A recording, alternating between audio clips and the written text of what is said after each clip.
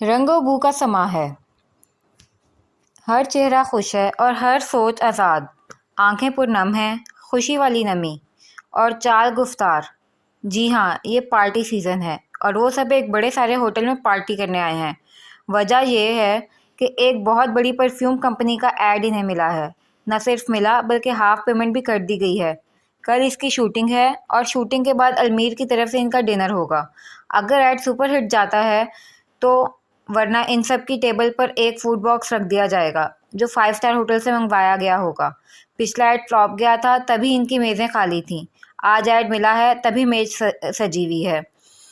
یہاں وہاں لوگ منڈلا رہے ہیں، کسی بھی ٹینشن کے بغیر مسکرا رہے ہیں کہ اس دن سب کو اپنی مرضی کی اجازت ہوتی ہے اور اس دن المیر بھی کام ہوتا ہے۔ تبھی وہ ایک کونے والی میز پر بیٹھا ہے، اس کی نگاہیں اطراف میں بار بار بھٹک رہی ہیں۔ پھر ان کو خالی پا کر وہ سیل میں بیزی ہو جاتا، پھر سر اٹھاتا، پھر کچھ کھوجتا، پھر مصروف ہو جاتا۔ ایسا وہ 50 بار کر چکا تھا۔ کیا تم بور ہو رہے ہو؟ خیام اس کے پاس آ کر بیٹھا، جوس کا گلاس اسے پکڑایا اور تھوڑی دور کھڑے آرکیسٹرا بجاتے گروپ کو دیکھا۔ تم جانتے ہو مجھے ان سب چیزوں میں کوئی دلچسپی نہیں، کیا سارا سٹاف آیا ہے؟ خیام نے گلاس لبوں سے لگایا، اس کے مصروف سے انداز میں کوئی بھی چیز چونکا دینے والی نہیں تھی۔ لیکن وہ چونکا کیونکہ پہلی بار یہ سوال المیر سے وہ سن رہا تھا۔ نہیں، کچھ غیر حاضر ہیں جن کا گھر دور ہے۔ المیر نے آنے والی کال کاٹی اور واپس ٹیکسٹ کرنے لگا۔ اور جو کمپنی کی طرف سے دیے گئے اپارٹمنٹ میں رہتے ہیں وہ؟ خیام دوسری بار چونکا۔ کیا یہ ماہم کے بارے میں پوچھ رہا ہے؟ ہاں، ہو سکتا ہے ایسا ہی ہو، صبح اتنی انسلٹ جو کی تھی اس کی۔ یہ بھی نا پاگل ہے۔ ان کا مجھے نہیں پتا، ہر کسی کی اپنی مرضی ہوتی ہے، مسکراتے ہوئے وہ کہہ رہا تھا۔ المیر نے سر اٹھایا۔ جو دور ہیں ان کے لیے گاڑی بھیجو اور جو نزدیک ہیں انہیں بھی آنے کے لیے کہو۔ یہ ہماری جیت کی سیلیبریشن ہے، سب کا ہونا لازمی ہے، نہیں تو میں خود کو یہ سوچنے سے روک نہیں پاؤں گا کہ یہ وہی لوگ ہیں جو دغا باز ہیں۔ واہ، کیا بات بنائی تھی، یہ واقعی پاگل ہے۔ اوہ، تو یہ بات ہے۔ خیام مایوس ہو گیا۔ ٹھیک کہتی ہیں مما، اس نے کبھی نہیں سدھرنا۔ اپنا سیل نکال کر آیا اور کہنے لگا، جن کے کچھ مسائل تھے جیسے دوری تو اس نے پک اینڈ ڈراپ کا کہہ دیا، تبھی وہ آنے پر راضی ہو گئے تھے۔ آخری کال اس نے ماہم کو کی تھی۔ ماہم منہ پھلی کھاتی زور و شور سے جراسک ورلڈ کا مزہ اٹھاتی اپنے سیل کی رنگ پہ چونکی۔ اس نے کال کو اگنور کیا۔ وہ اوون کو موٹر سائیکل پر جاتے ہوئے دیکھنے پر بری طرح مگن تھی۔ اس کے پیچھے گاڑیاں اور آگے سدھارے گئے ڈائناسور تھے جو اسے اپنا مالک سمجھتے تھے۔ خیام نے وشما کو کال ملائی۔ وہ یہ مووی دیکھ چکی تھی، تبھی کچن میں کھڑی نوڈلز بنا رہی تھی۔ سیل کے چیخنے پر اس کی جانب لپکی۔ دیکھتے ہی اس نے کال اٹھائی۔ سلام دعا پر جو بات خیام نے اسے بتائی اس پر وہ تذبذب کا شکار ہوئی۔ میں ضرور آتی لیکن کچھ نہیں، تم اور ماہم ابھی کے ابھی آ رہے ہو، یہ پارٹی سب کے لیے ہے، تم دونوں کا آنا لازمی ہے۔ اچھا تھوڑی لگتا ہے سب ہوں اور تم دونوں نہ ہو۔ المیر بڑی توجہ سے اسے تم کہتے سن رہا تھا۔ سیل کو سائڈ پر رکھ کر وہ دیکھ بھی خیام کو ہی رہا تھا۔ ماہم انسلٹ کی وجہ سے اپسٹ ہے، میں اسے چھوڑ کر کیسے آ سکتی ہوں؟ وہ آنے پر راضی نہیں تھی، اس لیے میں اس کے ساتھ ہی رک گئی۔ یہ آواز المیر نے بھی سنی تھی۔ اسے وشما کے جھوٹے ہونے پر افسوس ہوا۔ تم میری اس سے بات کراؤ، میں نے فون کیا تھا، اس نے اٹھایا نہیں۔ وہ فوراً کچن سے نکلی۔ ماہم کو اس نے اشاروں سے بتا دیا اور ساتھ میں یہ بھی کہا تھا کہ وہ سہولت سے انکار کر دے، لیکن اب وہ فون کو تھامے جی اچھا سر، جیسے آپ کہیں، ٹھیک ہے کہی جا رہی تھی، اور وشما اسے کھا جانے والی نگاہوں سے دیکھ رہی تھی۔ کیا ہے، نگلو گی کیا؟ کال رکھ کر تیار ہونے کے لیے اٹھتی ماہم نے کہا تھا۔ وہ بیچاری تو جانے کو پر توڑ رہی تھی لیکن اس کے لیے رک گئی تھی۔ وشما نے بہت مشکل سے اپنے غصے کو روکا۔ تم جانتی ہو مجھے وہاں نہیں جانا تھا اور شاید تم بھول گئیں کہ تمہیں بھی وہاں نہیں جانا تھا، پھر بھی تم نے تابعداری کی ساری حدیں پار کر دیں۔ وہ کیوں بھلا؟ صبح سے ماہم کی ایک ہی رٹ تھی کہ بس اسے نہیں جانا پارٹی میں تو نہیں جانا۔ المیر نے جس انداز میں اسے ڈانٹا تھا، اس کی واٹ لگائے رکھی، اس کے بعد بھی گنجائش بنتی کہاں تھی کہ وہ اس پارٹی میں شرکت کر کے اب عزت کر لے۔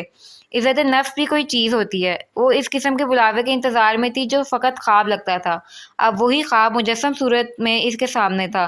وہ بھلا کیوں کر انکار کرتی؟ ہاں تو اسپیشلی بلایا ہے نا، اب بھی نہ جاؤں؟ پاگل ہوں کیا؟ اور تم بھی اپنے نخرے بند کرو، میری وجہ سے رکی تھی نا؟ تھینکس، فوراً سے تیار ہو کر چلتے ہیں، بڑا مزہ آئے گا۔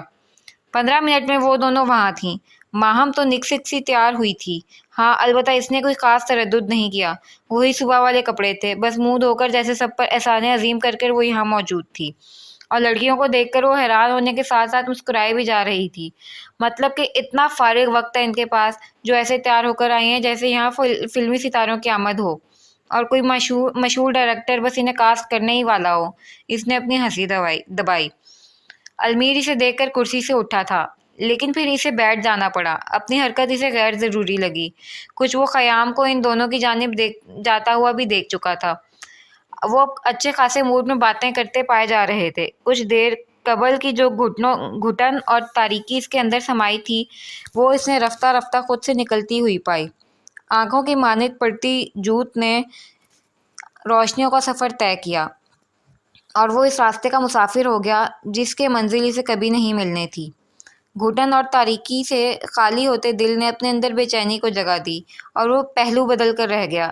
یہ خطرناک علامات تھیں جن سے وہ خود کو حتی الامکان بچانے کی کوشش کر رہا تھا، لیکن ناکام جا رہا تھا۔ اس کا سیل میسج کیوں سے تھر تھرا اٹھا۔ وہ زویا کا پیغام تھا جو سمندر پار سے آیا تھا۔ اس پیغام میں درج تھا: میں نے تمہیں یاد کیا اور روز یہ سوچ کر سانس لیتی رہی کہ تم بھی مجھے یاد کرو۔ المیر نے پھیکی مسکان والے سٹیکر سے سجا یہ میسج پڑھا اور لکھنے لگا: بلا شبہ میں نے بھی تمہیں یاد کیا۔ تمہاری سانس کا اخراج ضائع نہیں گیا۔ اپنی طرح کا ہی سنجیدہ سٹیکر لگا کر اس نے یہ الفاظ ہواؤں کے سپرد کیے، اور پھر غیر ارادی طور پر اسے دیکھنے لگا جو ہاتھ میں منٹ میگریٹا پکڑے کھڑی تھی۔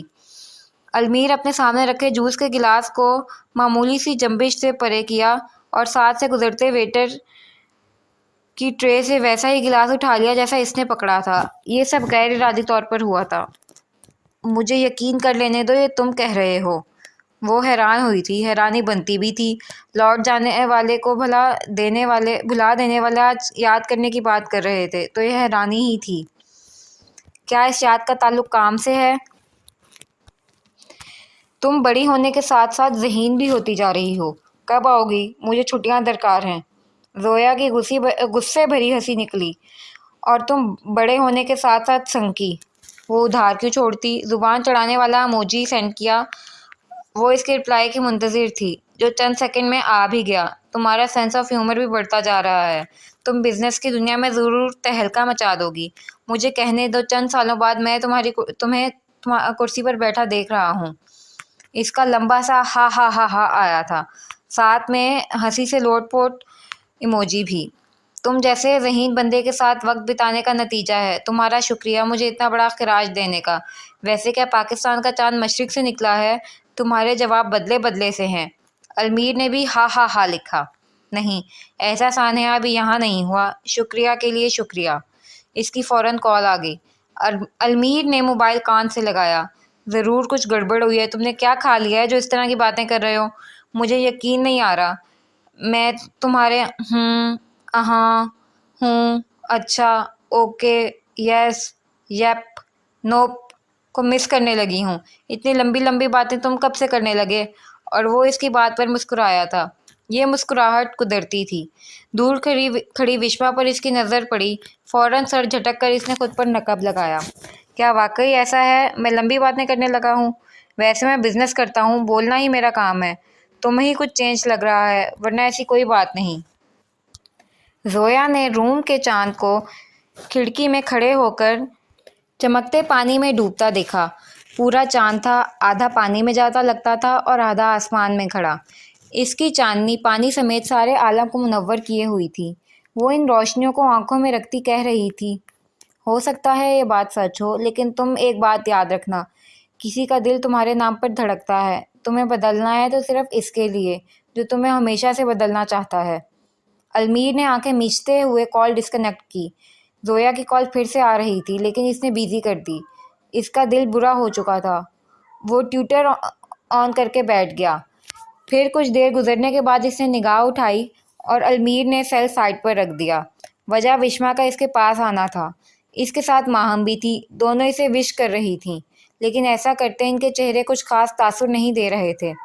اس نے وشما کو روک لیا، یہ بھی غیر ارادی طور پر تھا۔ ماہم کی تو سمجھ آتی ہے، پر آپ کو کیا ہوا ہے جو یوں منہ لٹکا ہے؟ کیا اس جیت سے آپ خوش نہیں ہیں یا پھر کچھ اور معاملہ ہے تو سائیکو ہی نا، اپنے جیسے ہی سوال پوچھے گا۔ وشما نے دل میں اسے خوب سنا کر چہرے کو مسکراہٹ میں ڈھالا۔ شاید میں واقعی اس جیت سے خوش نہیں، ہو سکتا ہے میں ہی وہ جاسوس ہوں جس کی آپ کو تلاش ہے۔ وہ خاموشی اور وہ سنجیدگی سے اسے دیکھتا گیا۔ پس منظر میں اس کا پورا سٹاف یہاں وہاں گھوم رہا تھا اور کیسٹرا کی لے پر جھوم رہا تھا، اس کامیابی کا جشن منا رہا تھا جو کل عید میں ڈھلنے والی تھی۔ آپ کی زبان کچھ زیادہ نہیں چلتی؟ آپ کی بات پر غور کیا جاتا اگر یہ مسئلہ پرانا نہیں ہوتا۔ وشما نے نشانے اچکا دیے۔ عروسا بھی یہی کہتی ہے، لیکن مجھے اس پر اختیار نہیں، کچھ چیزوں پر اختیار ہونا ہی بہتر ہوتا ہے۔ وہ اسے غور سے دیکھتا کہہ رہا تھا، ایک وہی لڑکی تھی جو دو بدو اس سے بات کر لیا کرتی تھی، باقی تو کسی کی جرت بھی نہیں تھی اس کے سامنے 2 منٹ بھی کھڑے ہونے کی۔ ہو سکتا ہے یہ بات درست ہو، لیکن میں عروسا سے اتفاق کرتا ہوں۔ ٹھیک ہے، آپ پارٹی انجوائے کر سکتی ہیں۔ سڑو، میں کون سا تم سے بات کرنے کے لیے مری جا رہی ہوں، برف کی دکان۔ وہ برے منہ بناتی وہاں سے گئی تھی۔ المیر نے اس کے جاتے ہی گہری سانس لی اور زویا کے میسج پڑھنے لگا جو اس دوران اس نے اگنور کر دیے تھے۔ آج سنڈے تھا، موسم خوشگوار تھا، ہوا اپنے جوبن پر تھی، سورج پھیکا سا کھڑا تھا، بارش کا گمان تھا اور دل پریشان تھا۔ ورک آؤٹ کرنے کے بعد وہ فریش سا لان میں بیٹھا تھا، اس کے بالکل سامنے خیام تھا اور چھوٹی سی ٹیبل پر ایک کافی اور ایک چائے کا کپ پڑا تھا۔ وہ دونوں خاموش نہیں تھے، بات کر رہے تھے۔ موضوع خیام کی شادی تھا۔ المیر کی آواز اس بڑے سارے سبزے سے ڈھکے لان میں گونج رہی تھی۔ اس کی پشت پر نیلے پانیوں والا سوئمنگ پول تھا اور آنکھوں کے سامنے خیام کے پیچھے ڈھیر سارے درخت۔ اس اچھے سے ویو میں اس کی بری سی اکتائی ہوئی آواز گونج رہی تھی۔ درختوں نے کان لگایا تو انہیں سننے میں آسانی ہوئی۔ وہ خیام سے کہہ رہا تھا، مجھے بتاؤ، کیا تم کسی اور میں دلچسپی رکھتے ہو؟ میں نہیں چاہتا مریم کا دل دکھے، یہ سب میری برداشت سے باہر ہوگا۔ پھر وہ اس موضوع سے ناک تک عاجز آ گیا تھا۔ ابھی زویا سے بھی اتنا لمبا لیکچر سن کر بیٹھا تھا اور اب المیر نے چائے کو حلق سے نیچے جانے دیا اور کمال مہارت سے بات کو بدلا۔ تمہیں یاد ہے نا شوٹنگ آج ہے، کیا تم نے سب کو الرٹ کر لیا ہے؟ المیر نے سر ہلاتے ہوئے اسے دیکھا اور اپنی ہی بات جاری رکھی۔ خیام، نیکسٹ منتھ مریم کی واپسی ہے اور وہ چاہتی ہے جو رشتہ بڑے بچپن میں طے کیے بیٹھے ہیں اس کو نام دیا جائے۔ المیر کی ہٹ دھرمی پر اس نے کپ پرچ میں رکھا۔ وہ جانتا تھا اگر المیر ناپسند ہونے کے باوجود یہ بات خود کے منہ سے بار بار کر رہا ہے تو کون ہے جو اسے ایسا کرنے پر مجبور کر رہا ہے؟ کون ہے جو اس کی عزت نفس کو کچلنے کی ہر لمحہ ترغیب لگاتا ہے؟ کون ہے جسے المیر کو جھکانے میں بڑا مزہ آتا ہے اور وہ کسی لچکیلی ٹہنی کی طرح زمین بوس ہو جاتا ہے؟ مریم اچھی لڑکی ہے، لیکن میں اتنا اچھا نہیں ہوں کہ اس کے معیار پر پورا اتر سکوں، اور تم کٹ پتلی بننا بند کرو۔ یہ تمہارے آس پاس بہت سے نادیدہ سے دھاگے ہیں نا جو تمہیں لکڑی کے گڈے کی طرح نچاتے پھرتے ہیں، انہیں کاٹ دو۔ میری بات پر غور کرو المیر، تو ایک دن تم کاٹ دیے جاؤ گے۔ ویسے بھی ایسے جڑنے میں صدیاں بیت جائیں گی، پھر بھی نہ مکمل ہی تشکیل پاؤ گے۔ المیر نے ضبط سے اپنے لب بھینچے۔ مجھے نہیں پتا تم کیا کہہ رہے ہو، لیکن مریم کی بات میں خود کر رہا ہوں۔ وہ میری بہن ہے، مجھے اس کی فکر ہے۔ اور کیا میں تمہاری بات سے یہ سمجھوں کہ تم اس رشتے سے انکاری ہو؟ اس نے جذبات سے عاری بندے کو کسی روبوٹ کی طرح بولتے دیکھا تو تعصب کو خود پر چڑھنے سے روک نہ پایا۔ تو کیا پھر مجھے دل سے انکاری ہو جانا چاہیے؟ یہ ایک جملہ تھا جس نے بات ختم کر دی۔ المیر کتنی ہی ساتیں اسے دیکھتا رہا، سوچتا رہا، کیا ایسا بھی ممکن تھا؟ یہ بھی ہونا تھا؟ کیا واقعہ بھسکا اور مریم کا رشتہ ختم؟ اور اگر مریم نے یہ جان لیا تو اس کا رد عمل کیا ہوگا؟ اس کے دل کو بھی روگ لگا ہے۔ اگر ہاں تو پھر شاید معاملہ گڑبڑ ہے۔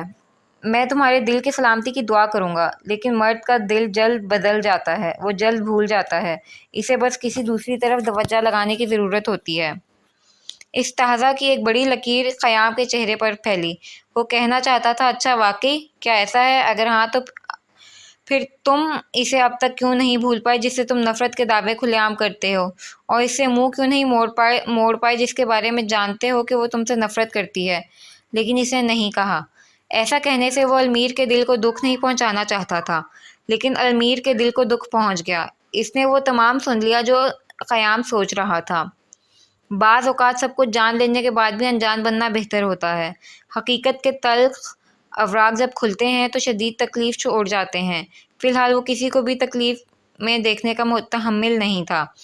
دکھ کو برداشت کرنے کی اس میں سکت نہیں تھی، کیونکہ اس نے موو آن کرنے کا سوچ لیا تھا۔ ہو سکتا ہے تم ٹھیک ہو، لیکن میں دیکھوں گا۔ آگے سے مریم کہے تو اسے کہنا مجھ سے ڈائریکٹ بات کرے، میں ہینڈل کر لوں گا۔ اس نے کافی کو ختم کر لیا تھا، اور میں امید رکھتا ہوں یہ سب مریم کے حق میں جائے، لیکن مجھے افسوس ہے کہ تم میرے سامنے بیٹھے اتنے پرانے رشتے سے انکاری ہو رہے ہو۔ کیا یہ زیادتی نہیں؟ المیر کی بات پر اس نے کڑوا گھونٹ پیا۔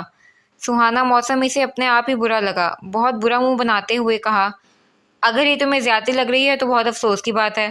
تم بھی اس بات پر اتفاق کرو گے کہ تمہاری صرف زبانی کلامی بات کی جائے، وہ بھی اس عمر میں جس میں آپ ان سب چیزوں سے نابلد ہو، اور پھر اس بات کو ایسے فراموش کر دیا جائے جیسے وہ تو کبھی ہوئی ہی نہیں تھی، اور پھر چند سال گزریں اور تمہیں یاد کروایا جائے۔ اوہ ہاں، کیا تم بھول گئے؟ دادا نے مرتے سمے کہا تھا، وہ ننھی گڑیا جو ابھی پیدا ہوئی ہے نا، تمہاری ذمہ داری ہے۔ میں ضرور اسے اپنی ذمہ داری جانتا اگر یہ بات بچپن سے میرے یا مریم کے کان میں ڈالی جاتی۔ وقت کے ہند سے گزرتے ہی بالغ ہونے کے بہت دیر بعد تب آپ اپنا دل کسی گوا بیٹھے ہو اور کسی کو دے بیٹھے ہو، آپ کو بتایا جاتا ہے کہ آپ کسی اور سے منسوب ہو۔ کتنی بڑی زیادتی ہے نا یہ۔ اس کا انداز غصیلا تھا۔ واقعی یہ بات ٹھیک نہیں تھی، لیکن وہ کیسے اس سے اتفاق کرتا جب دوسری سائڈ پر اس کی بہن تھی؟ خیام کا دل بھرا نہیں تھا۔ وہ مزید کہہ رہا تھا، تمہاری موم چاہتی ہی نہیں تھی، انہیں بالکل بھی پسند نہیں تھا کہ میں مریم کا دولہا بنوں۔ ان کا لاڈلا بھانجا جب منہ موڑ گیا تو انہیں اچانک سے میں یاد آ گیا۔ واؤ، کیا پلاننگ کی ہے! المیر کے ماتھے پر تیوری ابھری۔ تم بھول رہے ہو کہ تم کس کے سامنے بیٹھ کر کس کی بات کر رہے ہو؟ مریم کی؟ تو اسے آصف کبھی بھی پسند نہیں تھا، وہ شروع سے تمہیں ہی پسند کرتی تھی۔ خیام نے ایسی استہزائیہ مسکان لبوں پر سجائی جیسے کہہ رہا ہو، مجھے تو پتہ ہی نہیں تھا کہ کیا سچ ہے کیا جھوٹ۔ تم بھی بھول رہے ہو، وہ تمہاری سگی ماں ہے، اور نہ ہی سگی بہن، اور نہ ہی تم ان کے جگرے دونوں کا چہیتا۔ تو نوروز ہے۔ آنکھیں کھولو اور اپنا راستہ صاف کرو، دنیا کو خود کی نظر سے دیکھو اور کنارہ کشی کر لو۔ جو مطلبی اور خود غرض ہوتے ہیں نا، ان سے منہ موڑنا ہی بہتر ہے۔ سنبھل جاؤ، ابھی بھی وقت ہے، پھر نہ کہنا میں نے وارن نہیں کیا۔ اس کے ہر لفظ پر المیر کی کنپٹی میں خون تیزی سے گردش کر رہا تھا۔ اس نے بہت تحمل سے خود کو کول ڈاؤن کیا اور جھٹکے سے کرسی سے اتر کر پول سائڈ پر جانے لگا۔ You know mama love you so مچ۔ ماما تمہارے بغیر نہیں رہ سکتی۔ وعدہ کرو مجھے کبھی چھوڑ کر نہیں جاؤ گے، ہمیشہ میرے ساتھ رہو گے۔ میں چاہتی ہوں ہم دونوں جنت میں ساتھ واک کر جائیں۔ کیا تم میرے ساتھ ہوگے؟ اس کے قدم جارحانہ تھے، منزل انجان۔ خیام نے دکھی نگاہوں سے اسے جاتا دیکھا، لیکن پیچھے نہیں گیا۔ وہ چاہتا تھا اب المیر بڑا ہو جائے، وہ اپنے دکھوں پر کڑھنا چھوڑ دے، خاموشی کا جو چولا اس نے پہنا ہے اسے اتار پھینکے، اس دنیا کو اپنی آنکھوں سے دیکھے، وہ سنے جو اس کے کان سنائیں، اور ان تکلیف دی یادوں سے چھٹکارا حاصل کر لے جو اس کی مسکراہٹ چھڑا کر لے گئی ہیں۔ اسے اب خود جینا چاہیے، اور جینے کے لیے اسے خود پر چھائے تمام ساؤں سے نکل کر اس روشنی میں آ جائے جو اسے منور کر لینے کو بے چین ہے۔ موسم خوشگوار تھا، پہاڑی علاقہ تھا، ٹھنڈی میٹھی ہوائیں چل رہی تھیں، اور بادلوں کی اوٹ میں برستی بارش کے تھمنے کے بعد سورج کی کرنوں کے سبب رنگ برنگی لائنیں بن گئی تھیں۔ پرندے غور در غور یہاں وہاں اڑ رہے تھے، اور نیچے بڑے عام سے انداز میں وہ سب ہوتا دیکھ رہے تھے جو اکثر و بیشتر انہیں دیکھنے کو ملتا تھا۔ سیٹ لگ چکا تھا، ماڈل تیار تھی، بیوٹیشنز اس کی خوبصورتی کو اور چار چاند لگانے کے لیے اس پر محنت کر رہے تھے۔ رنگ برنگی چھتریوں اور کھلے نیلے آسمان کے نیچے وہ لوگ چھوٹی اسکرینوں کے آگے بیٹھے تھے۔ 2 سیٹ تھے اور ساتھ ساتھ اٹیچ تھے۔ ماڈل نے واک کرنی تھی، اپنے بیڈ روم سے اس نے جنت کے طرز کی جگہ پر جانا تھا، اور پھر وہاں سے پریوں کی سیڑھیوں پر خود کو چلانا تھا۔ ڈائریکٹر نے کیس ٹیک 1 کا اشارہ دیا۔ ٹراؤزر شرٹ میں کسمسا کر اٹھی ماڈل نے جوں ہی پرفیوم کا چھڑکاؤ خود پر کیا، آنکھ بند کر کے کھلنے پر اس نے خود کو جنت کی طرز کی جگہ پر پایا۔ وشوا نے اس کے دوسرے سیٹ پر آتے ہی ماہم کے ساتھ مل کر گلابی پھولوں کی بچھاڑ کر دی۔ ایک اور نے آسمان کے طرز کی چھت پر سے روئی کے گالے چھوڑے اور مصنوعی دھواں چار جانب چھانے لگا۔ وہ سرمئی زمین کو چھوتی، پھول بیلوں سے سجی پوشاک میں، سر پر فلاور کراؤن سجائے، ایک ادا سے سر اٹھاتی گلاب کو چھو رہی تھی۔ بند گلاب کھلتا ہے اور اس میں سے پرفیوم کی چھوٹی سی شیشی نکلتی ہے۔ وہ دوبارہ اس کا چھڑکاؤ اپنی گردن پر کرتی ہے اور جنت میں سے اترتی سیڑھیوں پر چلنے لگتی ہے۔ ایسا کرنے سے اس کی فراک پوری کی پوری پھیل جاتی ہے اور اس پر ستارے جگمگانے لگتے ہیں۔ اس ماڈل نے ناز سے مڑ کر پرفیوم کا نام لیا اور واپس ماورائے دنیا میں جانے لگی۔ ڈائریکٹر نے اوکے کا سائن دیا اور یوں شوٹنگ کمپلیٹ ہوئی۔ یہ 20 سیکنڈ سے بھی کم کے ایڈ نے ان کے چکر لگوا دیے تھے۔ پہلے ماڈل کو بیڈ سے جگایا، پھر جب وہ جاگ کر پرفیوم کا چھڑکاؤ کرتی ہے وہیں اسے روک کر میک اپ وغیرہ کر کے خوبصورت ڈریس پہنا کر پھر وہیں سے شروع کیا گیا۔ ایسا کرنے میں انہیں صبح سے دوپہر ہو گئی۔ بار بار دیکھ کر تسلی کر کے سیٹ کو پیک کرنے کا حکم دیتا وہ امید نگاہوں سے شاندار ایڈ کو دیکھ رہا تھا۔ اسے امید تھی یہ چلے گا، لالی پاپ والے ایڈ کی طرح فلاپ نہیں ہوگا۔ وہ اپنے دوست ڈائریکٹر سے بات کر رہا تھا، خود کی تسلی کروا رہا تھا، جب اس کی نظر سندس پر پڑی۔ وہ زور زور سے جھٹک کر شال کو اٹھا رہی تھی۔ اس کے جھٹکنے سے شال ساتھ ہی پھولوں کو سائڈ پر لگاتی وشما کو زور سے لگی۔ وہ وہیں سے چلائی، کیا تمہارے ہاتھ ادھار کے ہیں یا تم ان کی مالک نہیں؟ یا پھر یہ ذاتی اناد ہے جس کے سبب تم مجھے زخمی کرنے کے در پر ہو؟ دیکھو میری گردن پر نشان بھی پڑ گیا ہوگا یقیناً۔ سندس وہیں سے ہنسی، اس کی ہنسی شرارتی تھی۔ تو ثابت ہوا وہ جان بوجھ کر اس پر نشانہ تاکے ہوئے تھی۔ مجھے یقین کرنے دو، یہ تم کہہ رہی ہو جو خود کو آئرن لیڈی ثابت کرنے کی جی جان کوشش کرتی ہے۔ کیا واقعی سنو وائٹ تم زخمی ہو گئی؟ وہ منہ پر ہاتھ رکھے نزاکت سے کہہ رہی تھی۔ اس کا انداز مکمل طور پر مذاق اڑانے والا تھا۔ وشما نے اسے کھا جانے والی نظروں سے دیکھا۔ آئرن لیڈی نہیں، لیکن میں خود کو اتنا مضبوط ظاہر کرتی ہوں کہ میری کسی بھی چیز سے کوئی مجھے کمزور یا بزدل نہ سمجھے، اور میں سوچتی ہوں کم از کم ہر لڑکی کو ایسا تو ہونا چاہیے کہ کسی کو بھی پچھاڑنے کی ہمت رکھتی ہو، اور اس میں حوصلے ماؤنٹ ایوریسٹ جتنے ہوں۔ چلو اتنا اوپر نہیں جاتی، K2 ٹھیک ہے، لیکن جانتی ہو اس سوچ کی پہلی فہرست پر تم آتی ہو مس نازک انہدام۔ المیر نے اس سے نگاہیں ہٹائیں، ساتھ میں کان بھی سے کی آنکھوں اور کان اور جو کچھ سوچنے لگے تھے وہ سوچ یہ تمہاری ماں حوصلہ مند خاتون تھی۔ وہ کہتی تھی اس کے پاس ماؤنٹ ایوریسٹ جتنا حوصلہ ہے، وہ شراکت برداشت کر لے گی، لیکن وہ جھوٹی نکلی۔ ڈائریکٹر جس کا نام ریحان تھا، اس نے اس کی آنکھوں کے سامنے ہاتھ ہلایا۔ تم کہاں گم ہو؟ کیا اس کے ساتھ جنت میں اتر گئے؟ یہ واقعی حور کی طرح لگتی ہے۔ اسے نکسی پری نما ماڈل کی جانب اشارہ کر کے کہا جو اپنی سیلفیز بنانے میں مگن تھی۔ المیر نے ریحان کو دیکھا، پھر اس کی بات کو اگنور کرنا مناسب جانا۔ وہ اٹھ کر خیام کے پاس آ گیا جو عروسہ سے کچھ ڈسکس کرنے میں مگن تھا۔ عروسہ اسے دیکھ کر مسکرائی۔ جیت ہماری ہی ہے۔ ایڈ کا تھیم لیک ہوا نہ ماڈل بھی کی ہے، یہ ہمارا پروجیکٹ ہے اور یہ اب کامیاب ہے۔ عروسہ کی خوشی کی انتہا نہیں تھی۔ المیر نے مصنوعی مسکان سجا کر اس بات میں سر ہلایا، اور اس کی مصنوعی مسکان ایسی ہوتی تھی جیسے دوسرے پر جانے کتنا احسان عظیم کر کے لبوں کو کھینچ رہا ہے۔ عروسہ اس کی پھیکی خشک مسکان پر اپنا جوش نیچے گرتا دیکھنے لگی۔ آپ ٹھیک کہہ رہی ہو، لیکن ہمیں محتاط رہنا چاہیے۔ اس کامیابی پر خوش ہو کر کھوج کو بھول جانا یا انسانیات کو فراموش کر جانا جنہوں نے ہمیں نقصان پہنچایا ہے بے وقوفی کی بات ہے۔ میں چاہتا ہوں آپ اب بھی اپنی کان اور آنکھیں کھلی رکھیں۔ یہ نصیحت تھی جو اسے المیر سے ملی تھی۔ وہ اس بات میں سر ہلانے لگی۔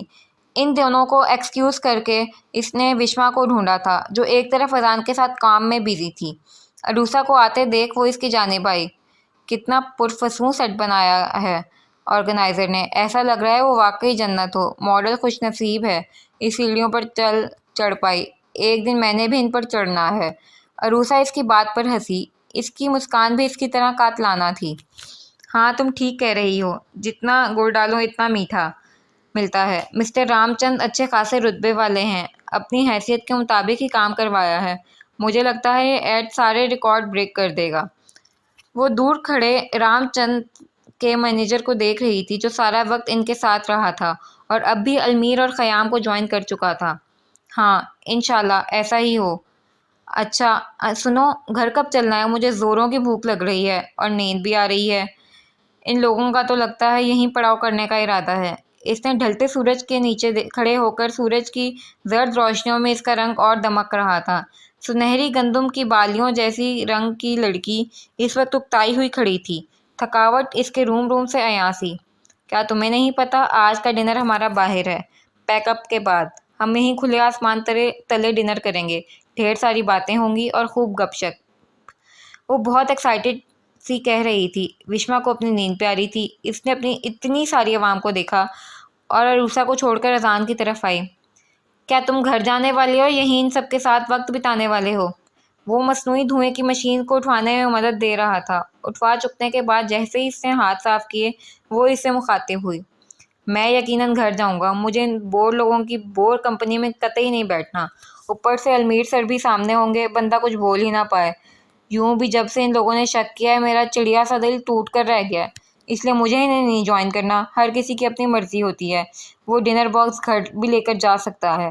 وشما کی آنکھیں خوشی سے چمکیں۔ کیا ایسا ہے؟ اگر ہاں تو چلو ہم اپنے اپنے باکس لے کر چلتے ہیں۔ مجھے بھی اس کھڑوس برف کے گولے کے سامنے نہیں بیٹھنا جو دیکھتا ہے تو ایسا لگتا ہے جیسے اسکین کر رہا ہو۔ بندہ اپنے آپ میں ہی ڈر جائے کہ یار اب کون سی غلطی کر دی ہم سے، جو یہ یوں ہمیں کھا جانے والی نظروں سے گھور رہا ہے۔ واللہ میں نے آج تک اپنی لائف میں جیسا خشک، سرد اور اکھڑ انسان نہیں دیکھا۔ یہ کیا تم آئی برو کو جھٹکے دے رہے ہو؟ وہ اس کے بار بار آئی برو کو جھٹکے دینے پر بولی۔ اذان کا رنگ بدلا تھا، اس کا سانس تیز تر ہوا اور وہ وہاں سے آسانی سے راکٹ کی طرح گیا۔ وشما کی ساری بات سمجھ میں آئی۔ اس کے دل نے رفتار پکڑی، فشار خون بلند ہوا۔ آنکھیں میچ کر وہ پھیکے چہرے کے ساتھ مڑی تھی۔ برف کا گولا عین اس کی نگاہوں کے سامنے تھا، ہاتھ سینے پر بندھے تھے، چہرہ بالکل پتھر کی طرح، اسپاٹ آنکھیں کسی بھی چیز سے خالی، اس سے زیادہ خالی، اور ہنٹر کی طرح اس کی آواز تھی جو کہ یہ تھی: میرا دل کہہ رہا ہے کہ میں آپ پر ترس کھاؤں۔ آپ کو شدید قسم کی اچھی تربیت کی ضرورت ہے، نہیں تو وہ کلاسز آپ کو ضرور لینی چاہیے جس میں آپ اخلاقی باتیں سیکھ سکیں۔ وشما نے تھوک نکلا، پھنسی پھنسی آواز کے ساتھ بولی، کیا میں فائر ہوں؟ المیر نے نفی میں سر ہلایا۔ مجھے جان کر بھی افسوس ہو رہا ہے کہ آپ معذرتی لفظ سے بھی ناواقف ہیں۔ آپ کو واقعی ان کلاسز کی اشد ضرورت ہے۔ اس پر گھڑوں پانی پڑا۔ اس ساتھ میں غصہ بھی آیا کہ وہ کیوں اس کی باتیں سن رہی ہے، لیکن غلطی اس کی تھی تو سننا بھی اسی ہی تھا۔ آئی ایم سوری، لیکن تربیت کا کہہ کر آپ میری امی کی انسلٹ نہیں کر سکتے۔ المیر نے گہری سانس چھوڑ کر اسے دیکھا، جس کے ماتھے پر ایک سلوٹ بھی نہیں تھی، پھر بھی وہ غصہ اور بے بسی چھلکا رہی تھی۔ کسی میں اتنی جرأت نہیں کہ وہ کسی کی امی کی انسلٹ کریں۔ آپ کو ایسا لگا تو آئی ایم ریئلی سوری، لیکن کیا آپ نے اپنے الفاظوں پر غور کیا ہے؟ اپنا لہجہ دیکھا؟ اور کیا ماحول دیکھا جہاں آپ اپنے نادر خیالات بیان کر رہی ہیں؟ آپ سیدھے سیدھے لوگوں کو حوصلہ دے رہی ہیں کہ وہ میری عزت کرنا چھوڑ دیں۔ کیا ایسا ہی ہے نا؟ وشما نے جھٹ نفی میں سر ہلایا۔ آسمان پر دھنک رنگ منتشر ہونے لگے تھے، پرندے اب ندارت تھے، ہاں سفید روئی کے پاہے سے جا بجا پھیلے تھے۔ وہ اس نیلے زرد سے آسمان کے نیچے کھڑا قطعی غصہ نہیں تھا، ہاں اسے برا ضرور لگ رہا تھا، جس کا اظہار بھی وہ برملا کر رہا تھا۔ میرا ایسا کوئی بھی ارادہ نہیں، یقین کریں، وہ تو بس ایسے ہی۔ منمناتے ہوئے اس نے ٹھنڈے بندے کو دیکھا، جس کی بھوری آنکھیں اتنی ہی خالی تھیں جتنی یہ دور تک پھیلی گھاٹیاں۔ المیر مڑ گیا، لیکن اس کے چمکتے شوز میں مکید پاؤں کو 2 قدم آگے جا کر رکنا پڑا۔ وجہ وشما کا سوال تھا، کیا اب میری جاب گئی؟ المیر نے مڑ کر اسے دیکھا، ویران آنکھوں میں یکدم کوئی پرندہ پر مار کر اڑنے لگا۔ نہیں، میں ابھی اور کچھ جاننا چاہتا ہوں، وہ جو آپ کے دل میں میرے بارے میں ہے۔ اس نے کہا کچھ اور تھا اور وہ سمجھ کچھ اور گئی۔ خود پر لعنت ملامت کرتی وہ اذان کو ڈھونڈنے لگ گئی تھی کہ اس کے ساتھ جانا تھا اسے۔ دن نے چڑھتے ہی قائد اعظم کا قول اپنایا، کام کام کام اور بس کام۔ وہ جو پہلے سے ہی مشین تھا، 4-5 میٹنگز بھگتا کر مزید 2 کی تیاری کر کے اچھے کی امید رکھے ہوئے تھا۔ پچھلے 3 سالوں سے اس کے آفس میں گھسے مخالف پارٹی کے جاسوس نے اس کی راتوں کی نیند حرام کر رکھی تھی۔ کتنی ہی پروجیکٹس ہاتھ سے گئے، کتنے ہی ملے اور فلاپ ہو گئے، اور جن کی تیاری مکمل تھی وہ آلریڈی کوئی دوسری کمپنی بنا کر کھڑی ہوتی تھی۔ وہ ان 2 سالوں میں شدید خسارے میں رہا تھا۔ ایک وقت تو ایسا تھا کہ جب اس کا دل چاہا کہ وہ اس کمپنی کو ہی بند کر دے، مگر زویا اور خیام کے پش نے ان کی تسلیوں نے اسے آگے بڑھنے کی ہمت دی۔ ڈیڈ کے وہ الفاظ یاد آئے جن میں اس کے لیے کم ہمتی تھی۔ وہ کہا کرتے تھے، مجھے افسوس ہے کہ میرا بیٹا ناکارہ ہے، اور میں خوشی محسوس کرتا ہوں جب میں نوروز کو آگے وقتوں میں جانا مانا بزنس مین دیکھ رہا ہوں۔ کاش المیر بھی کسی لائق ہوتا، اور بس یہیں وہ خود میں قوت پیدا کرتا جو اسے کچھ کر گزرنے کی اور ہمت دیتی۔ اس نے MBA کیا۔ وہ ابھی گریجویٹ کے آخری سال میں ہی تھا جب اس نے خیام کے ساتھ پارٹنرشپ کر کے یہ ایڈ کمپنی کھولی تھی۔ ماما نے اسے بہت منع کیا تھا، ڈرایا تھا، زمانے کی چالاکیوں سے آگاہ کیا تھا کہ وہ اسے لوٹ کھائیں گے، تباہ کر دیں، اور جب اس کا بزنس تباہ ہوگا تو پھر ڈیڈ اسے دوبارہ ناکارہ کہیں گے، اور وہ تو المیر کے لیے ناکارہ لفظ برداشت ہی نہیں کر سکتی کیونکہ انہیں اس سے پیار جو ہے۔ لیکن اس نے اس بار تھوڑی گستاخی کی، ان کی بات نہیں سنی اور یہیں پاکستان میں ہی اپنی ایڈورٹائزنگ کمپنی کھول لی۔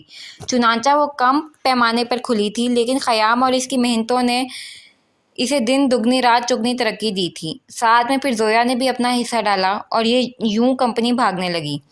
اس کی سیڑھیاں چڑھتی کمپنی کو جانے کس کی ہرس زدہ نظر لگی کہ وہ پچھلے 3 سالوں سے خسارے کا شکار ہونے لگی۔ ان 3 سالوں میں اس نے کمپنی میں موجود جاسوس کو بھی ڈھونڈنا چاہا، ایک ایک کو شک اور شک کی تصدیق پر نکالا بھی، لیکن پھر وہی کچھ شروع ہونے لگا۔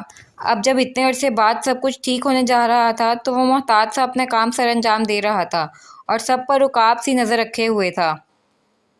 سر، ہمارا ایڈ آن ایئر ہو چکا ہے اور TRP بھی اچھی آ رہی ہے۔ یہ واقعی سپر ہٹ ہے۔ اس کے بعد ہمارے پاس دوبارہ ایڈز کی لائن لگ جانی ہے۔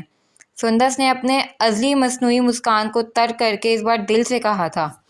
انشاءاللہ مس سندس، میں چاہتا ہوں اللہ اسی طرح ہم پر مہربان رہے۔ اچھا، آپ نے یزدانی والی فائل کو ریڈ کر لیا ہے تو مجھے لا دیں، میں اسے میٹنگ سے پہلے دیکھنا چاہتا ہوں۔ اور ہاں پلیز 1 کپ کافی بھی لا دیں، شدید طلب ہو رہی ہے اس کی۔ وہ اسے جی اچھا کہہ کر باہر آئی تھی۔ باہر وشما اور ماہم پور اسرار سرگرمی میں مصروف تھے۔ وہ عروہ کے لیپ ٹاپ پر جھکی تھی، دونوں ہاتھ کمر پر تھے، ماتھے پر تیوری اور آنکھوں میں کچھ کھوج نکالنے کی چاہ۔ عروہ اس کے پچھلے 15 منٹ سے اس طرح کھڑے رہنے سے اکتائی۔ مجھے بتاؤ وشما، وہ کیا چیز ہے جو تمہیں نہیں مل رہی؟ تم مجھے ڈسٹرب کر رہی ہو، تمہاری وجہ سے میں کلر کمبینیشن نہیں کر پا رہی۔ اس کے لیپ ٹاپ میں نیل پینٹ والا ہاتھ لبوں پر ادا سے رکھے لڑکی کا چہرہ تھا۔ اسے بیک گراؤنڈ میں کوئی مناسب سا رنگ چوز کر کے فٹ کرنا تھا۔ وہ مال روڈ پر تازہ خالی ہوئے بڑے سے بورڈ کے لیے بینر بنا رہی تھی جو ادھر لگایا جانا تھا۔ وشما کی آمد اسے کوفت میں مبتلا کر رہی تھی۔ اکتاتے ہوئے کہا، تم مجھے اپنی ہسٹری دکھا سکتی ہو؟ اس نے رول توڑتے ہوئے اردو میں کہا، جبکہ عروہ کو رولز عزیز تھے۔ تبھی اس نے پاسداری کرتے ہوئے حیرانی سے پوچھا، کیوں؟ تم اسے کیوں دیکھنا چاہتی ہو؟ دیکھو، مجھے ایسا کیوں لگ رہا ہے جیسے تم مجھ پر شک کر رہی ہو۔ اگر ایسا ہے تو میں یہ گرما گرم کافی تمہارے چہرے پر ضرور گرانا چاہوں گی تاکہ تمہارا بگڑا ہوا دماغ مجھے دغاباز نہ سمجھے۔ جان لو میں اس کمپنی میں 3 سال پرانی ہوں۔ وہ یکدم اس کے تیور دیکھ کر پیچھے ہوئی کہ اپنے باس کی طرح سنکی مشہور یہ عروہ کی بچی واقعی اس کا منہ نہ جلا دے۔ اس سے کوئی بعید بھی نہیں تھا، لیکن 3 سال پر وہ چونکی۔ اس نے سنا تھا 3 سال سے یہ کمپنی خسارے کا شکار تھی۔ اس کی آنکھیں مزید متجسس ہو گئیں۔ عروہ نے جنگلی بھینسے کی طرح نتنے پھلائے، اور وشما کی بچی، میں تمہیں قتل کر دوں گی کہہ کر اس نے اپنا کافی کا مگ فضا میں لہرایا۔ کیا ہو رہا ہے یہاں؟ سندس نے کافی مشین سے مگ کو بھرتے ہوئے پوچھا۔ عروہ کا غسیلا چہرہ اور وشما کی کھوجتی نگاہیں اسے سب سمجھا گئیں۔ اس نے لبوں پر پھوٹتی ہنسی کا راستہ روکا اور سنجیدگی سے پوچھا، یہ تو آپ اس سے ہی پوچھیں، جمعہ 8 دن ہوئے نہیں ہیں یہاں آئے ہوئے چلی ہے مجھ پر شک کرنے۔ میں بتا رہی ہوں اگر یہ پھر میرے ارد گرد نظر آئی تو میں نے اسے جلا ڈالنا ہے۔ وہ تیز برٹش لہجے میں بولتی وہاں سے گئی تھی۔ وشما نے اس کی نقل اتاری۔ سندس اسے اپنی مسکراہٹ چھپانا محال ہو گیا تھا۔ ہو دیکھو تو کیسے کہہ رہی ہے جیسے بڑی وفادار ہو اس کمپنی کی۔ مجھے تو پکا یقین ہے کہ جو انفارمیشن لیک ہوتی ہے نا رازدانہ انداز میں، اس کے کان میں خسر پسر کرنے سے انداز میں وہ کہہ رہی تھی کہ اس کی آنکھیں شکی بندے کی طرح چندیائے ہوئی تھیں۔ سندس ہنسی۔ ایسا ہرگز نہیں ہے، اس کا ریکارڈ صاف ہے اور کوئی بھی انفارمیشن آؤٹ نہیں کر سکتا۔ سب کے سیل فونز اور لیپ ٹاپ انڈر کنٹرول ہیں، بگ ہو رہے ہیں۔ اس بات پر وشما کی آنکھیں پوری طرح کھلیں۔ شوق کا جھٹکا سا لگا۔ کیا ہر وقت سیل فونز ہیک رہیں گے یا پھر آفس کی حدود تک؟ ویسے کتنی غیر اخلاقی حرکت ہے، سیل فونز کون ہیک کرتا ہے؟ وہ کافی کا مگ بھر چکی تھی، اس کی جانب مڑی۔ بالکل تم ٹھیک کہہ رہی ہو، لیکن یہ صرف آفس کی حدود تک ہی ہے۔ وہ آنکھ دباتی جانے لگی تھی جب خیام نے سندس کو پکارا۔ میرے کیبن میں آؤ، مجھے افزانے کی فائل کے بارے میں کچھ ڈسکس کرنا ہے۔ وہ کہہ کر چلا گیا تھا۔ سندس نے کافی اس کے ہاتھ میں تھمائی۔ یہ تم المیر سر کو دے آؤ، انہیں کہو یہ افزانے کی فائل خیام سر کے پاس ہے، میں وہ ابھی لے کر آ رہی ہوں۔ وہ کہتی جلدی سے خیام کے آفس کی جانب بھاگی تھی۔ وشما حیران سی وہاں کھڑی رہ گئی۔ پر میں کیسے؟ اس نے المیر کے روم کی جانب دیکھا، پھر کافی کے کپ کو۔ سیل کو آف کرتی وہ اس کے روم میں آئی۔ المیر نیچے جھکا دراز سے کچھ نکال رہا تھا۔ سیدھا ہوا تو اسے دیکھ کر معمولی سا تاثر دیا۔ سندس کہاں ہے؟ وہ قریب آئی، مگ اسے پکڑایا جسے پکڑ کر ہی اس نے لبوں سے لگا لیا۔ وہ خیام سر کے ساتھ ہیں، یزدانی کی فائل کے بارے میں انہیں شاید سندس میم سے کچھ پوچھنا تھا۔ اس نے وہی کہا جو اسے کہنے کو کہا گیا تھا۔ المیر نے سر ہلایا۔ اچھا ٹھیک ہے، آپ ایک کام کریں، یہاں بیٹھیں اور ان فائلز کو الفابیٹ کے حساب سے ترتیب دیں۔ اس نے ڈھیر ساری فائلز کا بنڈل اٹھا کر اسے دیا۔ خود آنکھوں پر اینک لگائے وہ ریڈ فائل کی ورق گردانی کرنے لگا۔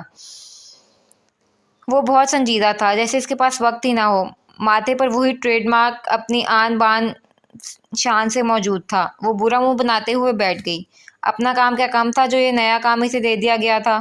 اس نے سندس کو کوسا۔ تیزی تیزی سے ہاتھ چلاتے وہ فائلز کو ترتیب دے رہی تھی۔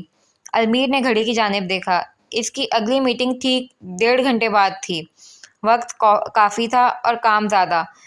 اس نے انٹرکام اٹھایا اور عروسہ کو ٹیم ممبرز سے کے تیار ہونے کا کہا۔ ہو گیا۔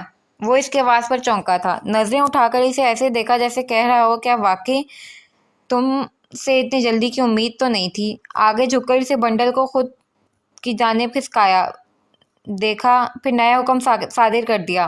ٹھیک ہے، انہیں ترتیب سے ریک میں لگا دیں اور ذرا مجھے پانی تو دیں۔ وشما نے اس مہا مصروف آدمی کو دیکھا اور سندر کو سبق سکھانے کی غرض سے سر ہلاتی جگ میں سے پانی ڈالتی سے دے رہی تھی۔ المیر نے بنا سر اٹھائے سے گلاس پکڑا اور اسے لبوں سے لگا لیا۔ وہ اب بہاڑی بنڈل اٹھا کر ریک کی سمت بڑھی اور انہیں ایک ایک کر کے رکھنے لگی۔ المیر نے بغیر فریم والے نظر کے گلاسز سے نظر اٹھا کر اس کی پشت کو دیکھا۔ میں نے محبت کی ایک معصوم سی شرارت دیکھی ہے، وہ اس کے نزدیک رہنے کے بہانے گھڑتی ہے جو دل کو خود سے بھی پیارا ہونے لگتا ہے۔ یہ کیسی عجیب بات ہے نا، ایک شخص جسے نہ آپ جانتے ہیں نہ پہچانتے ہیں آپ کی پہچان بن جاتا ہے۔ آپ اس سے جانے جاتے ہو، اس کا وجود ہی آپ کے لیے کل کائنات ہوتا ہے۔ اور پھر کتنے ہی دکھ کی بات ہے کہ آپ اسی شخص سے خود کو بچاتے پھرتے ہو، دل کے آگے قدغن لگا دیتے ہو، جذبات کو بڑھنے نہیں دیتے۔ کیوں؟ کیونکہ آپ خود کو اس کے قابل نہیں سمجھتے۔ المیر نے گہری سانس لے کر اس سے نظریں ہٹائیں۔ یہ وہ راہ نہیں جس پر اسے چلنا ہے، نہ یہ وہ چاہ ہے جس کا مکمل ہونا طے ہے۔